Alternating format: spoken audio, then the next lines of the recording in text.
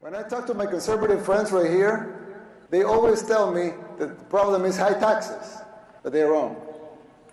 Of course, high taxes are extremely high here in the United States. I give you that. You're right in that. But that's not the real problem. The real problem is not the high taxes themselves, but the fact that they are not even really funding the government.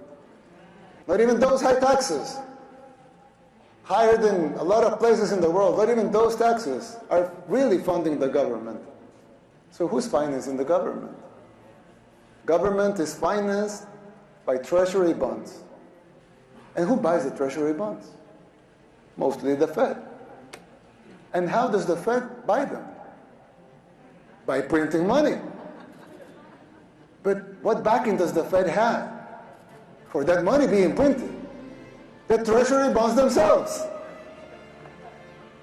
So basically, you finance the government by printing money out of thin air. Bitcoin. Someone could ask, well, so if the government can print unlimited amounts of money out of thin air, why do they collect taxes? I mean, in theory, it would make sense, right? If they can print unlimited amounts of money, why would they need taxes for? The answer is simple, but it's very shocking.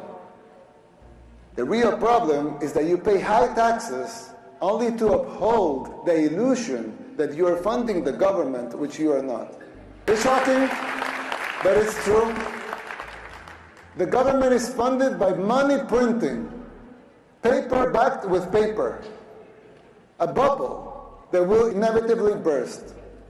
The situation is even worse than it seems, because if most Americans and the rest of the world were to become aware of this farce, confidence in your currency would be lost, the dollar would fall, and the Western civilization with it.